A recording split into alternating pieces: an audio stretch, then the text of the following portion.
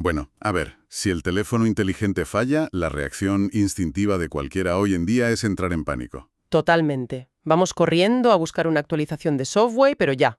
Exacto. Hay un temor cerval, un miedo absoluto a operar con una versión obsoleta en el mundo digital. Pero, y aquí viene lo curioso, cuando la cotidianidad colapsa un martes por la mañana, o cuando la bandeja de entrada desborda y el estrés asfixia, pues la tendencia general es asumir que es simple mala suerte. O culpa del tráfico, o responsabilidad de la economía, claro. Eso es. Hoy ponemos sobre la mesa una serie de documentos que afirman algo bastante provocador. Dicen que el ser humano lleva instalado el sistema operativo más avanzado y complejo del universo, pero que en la práctica diaria, digamos que se está utilizando como un simple pisapapeles. Es una analogía fantástica, la verdad. Y es un sistema operativo que la mayoría pues deja en piloto automático, sin más. El material que vamos a analizar en esta inmersión es un compendio muy profundo llamado La tecnología del ser. Menudo título, por cierto. Sí, sí, impone. Y este compendio incluye su texto fundacional, el Manifiesto de la Autonomía Consciente. Pero para quien nos escucha buscando herramientas prácticas, resulta vital aclarar la naturaleza de estos textos desde el primer segundo. A ver si me explico. Aquí no hay espacio para el misticismo vago, no. Cero. Ni se exige ningún tipo de fe ciega. Todo lo que plantea este manifiesto se basa en la observación mecánica y rigurosa de elementos que ya existen en la psique humana. O sea, no hace falta inventar piezas nuevas, sino encontrar el manual de instrucciones de la maquinaria que ya opera en segundo plano. Ahí le has dado. El texto comienza estableciendo una jerarquía para entender quién o qué debería estar a los mandos de esta maquinaria. Habla de el principio del observador, o lo que denomina simplemente el yo, pero hace una advertencia muy específica. Sí, una distinción clave. Este yo no es una etiqueta social, no es la profesión ni el nombre que aparece en el documento de identidad. Lo define de manera muy técnica como el principio de diferenciación. Y el autor sitúa este principio en una perspectiva evolutiva para que se entienda su impacto real. Fíjate, si se observa el mundo mineral, la fuerza gobernante es la inercia pura. Claro, una piedra no elige su camino al caer por una ladera. Exacto, es esclava absoluta de la gravedad, no hay más. Pero al subir un escalón hacia el reino animal aparece el instinto. Hay movimiento. Hay movimiento, hay una intención de supervivencia, pero sigue siendo un programa cerrado, dictado por la biología. El animal reacciona a su entorno basándose en un código preinstalado que no puede reescribir. Una programación de estímulo y respuesta sin margen de maniobra, vaya. Sin embargo, la frontera que separa a la humanidad de esa inercia mineral y de ese instinto animal es la capacidad de pronunciar interiormente el yo soy. En el instante en que cristaliza esa conciencia de separación entre el sujeto y el mundo que le rodea, nace algo revolucionario. La posibilidad de ejecutar una decisión moral completamente autónoma. Eso es. El manifiesto utiliza un término fundacional para esto, llamando a la persona a convertirse en el soberano, o sea, el responsable absoluto de gestionar un reino sistémico propio, sin ceder el trono a las presiones externas. Pensando en esa transición entre ser esclavo del entorno y convertirse en soberano, surge una analogía técnica que ilustra esto de maravilla. Es la diferencia entre un termómetro y un termostato. Me gusta eso. El termómetro representaría ese estado de inercia o piloto automático. Se limita a reflejar lo que ocurre fuera. Si el ambiente está caliente, la temperatura del termómetro sube. Si hace frío, baja. Ya, reacciona a lo externo. Es decir, una persona en modo termómetro deja que el enfado de un compañero de trabajo o una mala noticia en la televisión dicten su estado interno.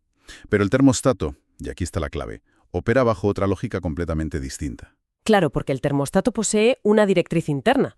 Lee la temperatura exterior, por supuesto, porque, no vive aislado de la realidad. Evidentemente, no está ciego. Pero si detecta que fuera hace 0 grados, evalúa la información y activa la calefacción para mantener la sala a los 21 grados que tiene configurados en su sistema. ¡Qué maravilla de concepto! No reacciona al mundo, actúa sobre él basándose en su configuración soberana.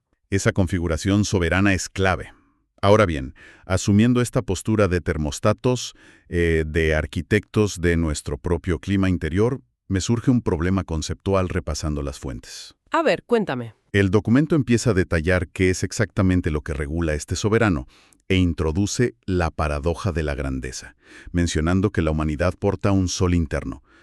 Y si aplicamos el pensamiento crítico aquí, ¿no es un poco peligroso este lenguaje? Entiendo por dónde vas. Hablar de nuestra propia grandeza y de soles internos parece, no sé, el caldo de cultivo perfecto para un narcisismo galopante. Es una duda muy lógica, pero el texto se anticipa a esa crítica definiendo la grandeza desde un punto de vista puramente funcional, o sea, no ególatra. El argumento principal es que el mundo no padece por un exceso de luz, sino por una carencia crítica de individuos dispuestos a portarla y sostenerla. Vale, la luz no es para uno mismo. Exactamente.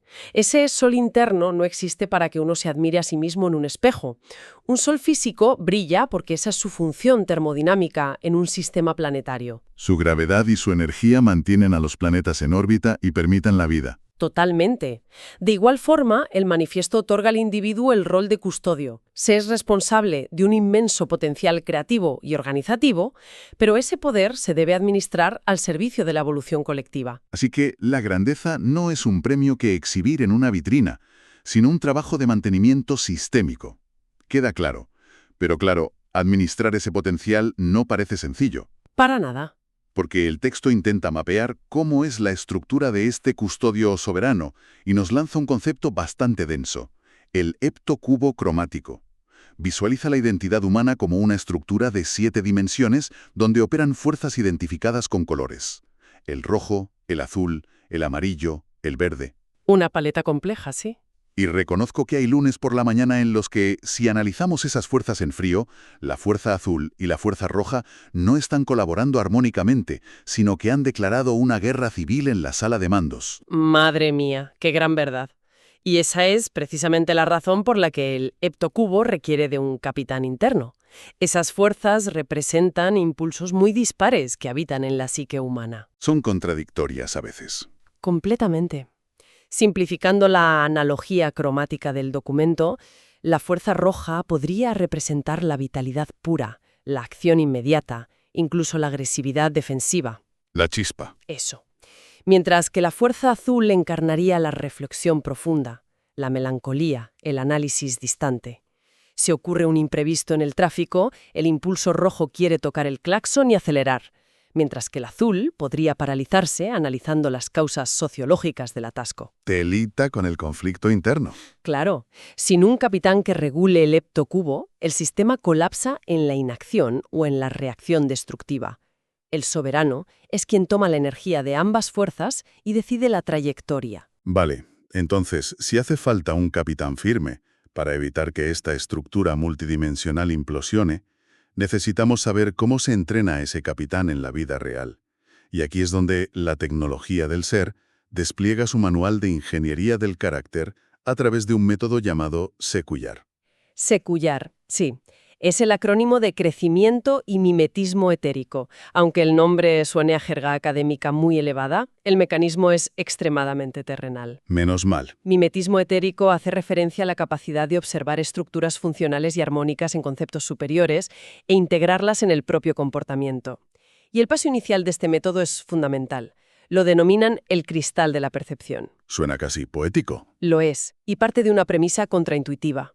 Fíjate, la claridad y la luz no hay que fabricarlas. Ah, ¿no? No, ya existen dentro de la estructura humana.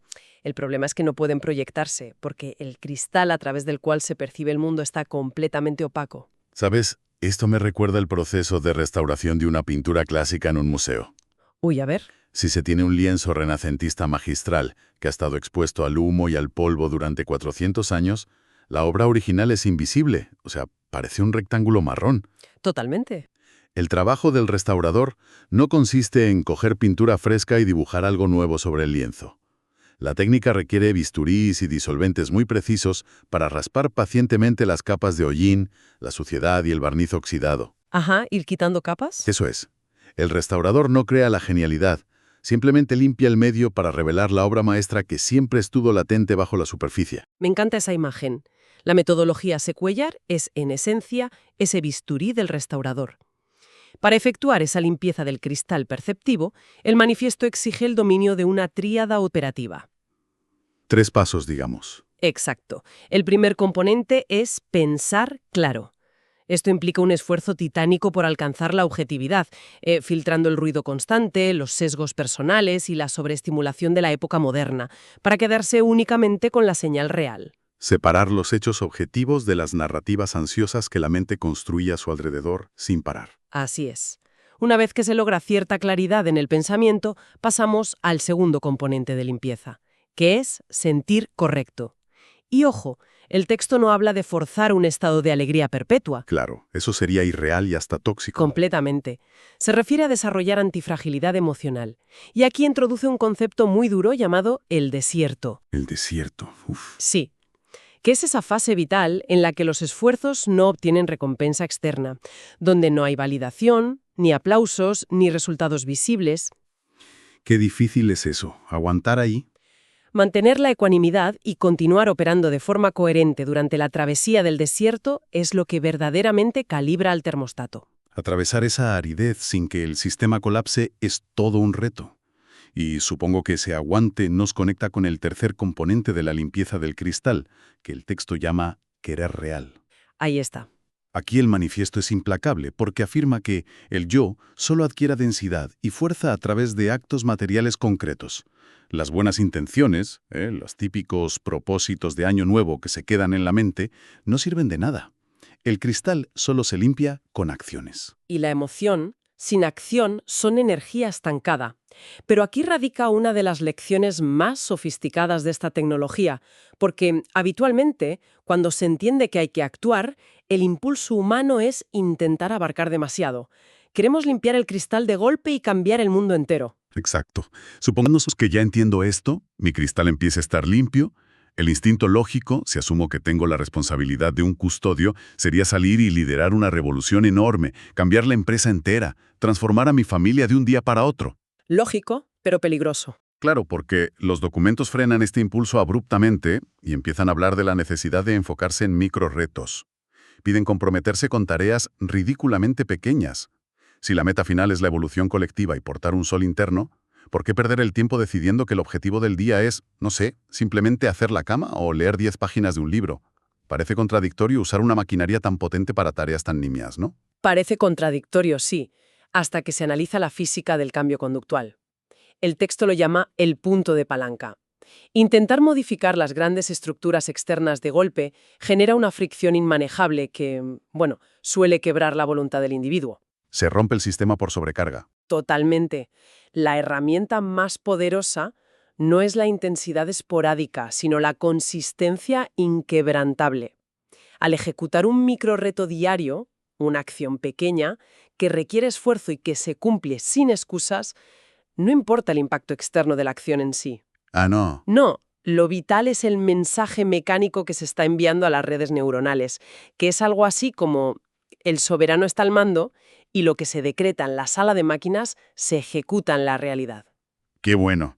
Es decir, hacer la cama no es para tener el cuarto ordenado en sí. Es una sesión de levantamiento de pesas para el músculo de la voluntad. Se entrena al cerebro para que confíe en la propia palabra. Eso es. Y al fortalecer ese músculo día tras día, se alcanza un estado que el manifiesto denomina solarizar la voluntad. Solarizar la voluntad. Me apunto eso. Solarizar implica purificar esa voluntad de motivaciones basadas en el miedo, la comodidad o el egoísmo a corto plazo. Básicamente, las directrices del yo inferior. Al sostener estos microrretos, la persona se convierte en un recipiente limpio, y un recipiente estructuralmente fuerte y limpio es capaz de canalizar propósitos mucho más grandes y alineados con el bienestar del sistema completo sin agrietarse ante la presión. Entendido el punto de palanca, la cuestión ahora es cómo mantener esa maquinaria funcionando sin que se desajuste con el paso del tiempo. El texto nos proporciona una herramienta de mantenimiento continuo llamada triarticulación. Plantea que la psique se estabiliza cuando el yo mantiene 3 motores girando en perfecto equilibrio: el pensar, el sentir y el actuar. Hasta aquí parece psicología básica, la verdad. Sí, pero el manifiesto añade condiciones muy estrictas a cada motor. Y esas condiciones son lo que convierten esta triarticulación en alta tecnología. El motor del pensar no debe limitarse a acumular datos como un disco duro. Debe procesar la información para extraer verdadera sabiduría y perspectiva a largo plazo. No estragar información, es destilarla. Exacto. El motor del actuar debe proyectarse hacia el mundo como una fuerza moral, generando acciones que dejen una huella organizativa y positiva en el entorno.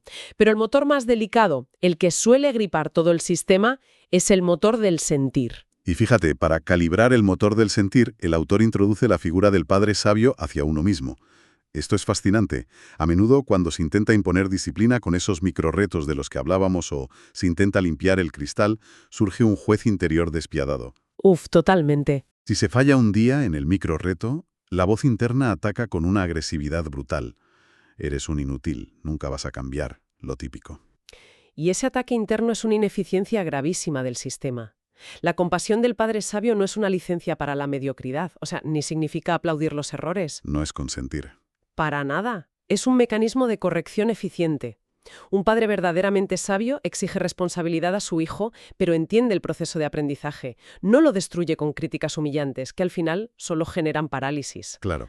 Si el soberano interno actúa como un tirano castigador cada vez que hay un fallo, el motor del sentir colapsa por pura ansiedad. Y sin el sentir alineado, pues el actuar se vuelve robótico o directamente se detiene por completo. Madre mía, qué gran verdad. Bueno, si logramos que el termostato regule el heptocubo, si limpiamos el cristal con acciones reales y estabilizamos esos tres motores del pensar, sentir y actuar, sin destruirnos en el proceso, la pregunta obvia es, ¿qué produce esta fábrica? La gran meta. Claro, porque toda esta arquitectura debe converger en algún punto. Aquí es donde el manifiesto entra en su fase más profunda, describiendo el estado de máximo rendimiento como la geometría de la unidad. La geometría de la unidad es, básicamente, el colapso definitivo de la dualidad. Se alcanza cuando la topografía interna del individuo coincide milimétricamente con su forma de operar en el exterior. Coherencia absoluta. Sí. El texto utiliza una sentencia críptica, pero reveladora, que dice: cuando hagas de los dos, uno. Significa la erradicación de las máscaras. Ya no hay un individuo que piensa una cosa, siente otra y hace una tercera por conveniencia social. Toda la energía fluye en una sola dirección coherente. Y para ilustrar esta unidad operativa, el documento recurre a dos conceptos visuales muy potentes que, creo, requieren bastante disección. El primero es el sexto sello, que define como el ojo que no duerme. Lanza una especie de fórmula filosófica argumentando que la verdad, representada por el principio yin, y la belleza, el principio yang, al integrarse generan obligatoriamente la bondad. Una fórmula matemática casi. Exacto. Pero se hace mucho hincapié en que la bondad no debe confundirse con la empatía emocional superficial. Afirma que la bondad es un acto de conocimiento puro. Espera, fíjate en esto, porque le da la vuelta a todo nuestro paradigma ético tradicional. Lo transforma por completo. Sí. Históricamente se ha categorizado la bondad como una disposición del corazón, una ternura o compasión espontánea, algo blando, digamos. Sí, algo de buenas personas. Pero el manifiesto eleva la bondad a una categoría epistémica, es decir, relacionada con el conocimiento riguroso. Si el cristal de la percepción está totalmente limpio y se logra ver la conexión absoluta y matemática que existe entre todos los elementos del sistema, pues hacer daño a otro nodo de ese sistema se vuelve mecánicamente ilógico. ¡Wow! Eso significa que la maldad o el egoísmo destructivo no son necesariamente rasgos de una personalidad fuerte o astuta, como a veces creemos, sino síntomas de pura ignorancia técnica. Son miopía sistémica. Así es. Quien comprende verdaderamente cómo funciona la tecnología del ser a nivel colectivo, obra con bondad simplemente porque es la única respuesta inteligente y sostenible para el mantenimiento de la red. El daño a GEM termina degradando el entorno en el que uno mismo opera. ¿Lógico? Por tanto, la bondad es la consecuencia inevitable de ver la verdad y la belleza estructural del mundo con absoluta claridad. Es brutal esto. Y esto enlaza de forma directa con el último gran concepto visual, el tercer ojo. A ver, en la cultura popular esto suele tener connotaciones muy místicas, ¿no? De ver auras o predecir el futuro. Pero aquí, el manual le da una función hiperpragmática. Cero esoterismo. Cero. Advierte que la percepción avanzada no sirve para mirar al mundo desde fuera, como si fuéramos espectadores aislados en la butaca de un cine evaluando la película de la vida. Sirve para mirar desde el mundo. Ese cambio de preposición lo es todo. Destruye la ilusión de separación. Mirar desde el mundo implica una inmersión total. Significa que el observador, la acción que está ejecutando y el entorno que recibe la acción son vistos como una única entidad fluida. Todo está conectado. Es la máxima aplicación de la responsabilidad radical, que es el pilar final sobre el que descansa todo el manifiesto. Esa responsabilidad radical es el golpe sobre la mesa que concluye el tratado. Exige de manera irrevocable que se deje de culpar a las circunstancias. Anula el derecho a la queja victimista, de golpe y porrazo, presenta una imagen mental definitiva. Nos dice que el yo consciente es el estratega, el árbitro del juego, mientras que los miedos personales, las ansiedades, la opinión pública o la situación económica son simplemente piezas moviéndose sobre el tablero. Jugadores en el campo. Exacto. Y cierra toda esta estructura filosófica con una máxima contundente. Dice, fluye como el agua, pero con la estructura del diamante. Es la síntesis perfecta de un sistema operativo óptimo. Ser como el agua implica una adaptabilidad extrema. Si el entorno presenta un obstáculo, el soberano no se estrella inútilmente contra él quejándose de la injusticia. O sea, fluye alrededor, cambia de táctica, se adapta al recipiente que le toca habitar en ese momento. Como el agua, sí. Pero, internamente, retiene la estructura del diamante, lo que significa que sus principios fundamentales, su triarticulación y su compromiso con la verdad y la bondad sistémica son absolutamente inquebrantables. Menudo recorrido analítico hemos hecho. Partimos de la necesidad de despertar de la inercia mineral para reclamar el título de soberanos, asumiendo el control de nuestro propio termostato interno. Un viaje tremendo. Y luego hemos examinado la enorme responsabilidad que supone ser custodios de un potencial que, bueno, no está diseñado para alimentar el ego, sino para iluminar el sistema. Hemos entendido que la genialidad requiere limpiar el cristal de la percepción mediante pequeños retos sostenidos, entrenando el músculo de la voluntad con paciencia, sin permitir que el tirano interno bloquee el motor del sentir.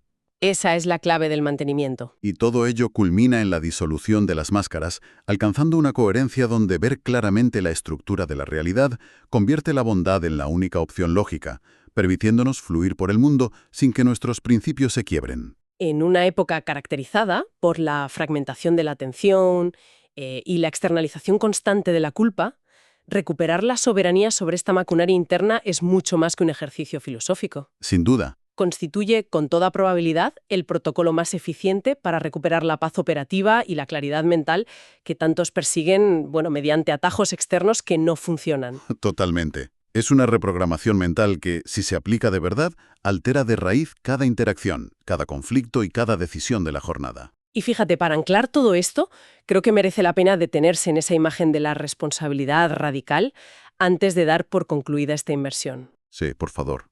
Los documentos aseguran que nosotros somos los estrategas y que nuestras ansiedades desbocadas, nuestras frustraciones y las provocaciones del entorno son solo jugadores disputando el balón sobre el césped. Ojo.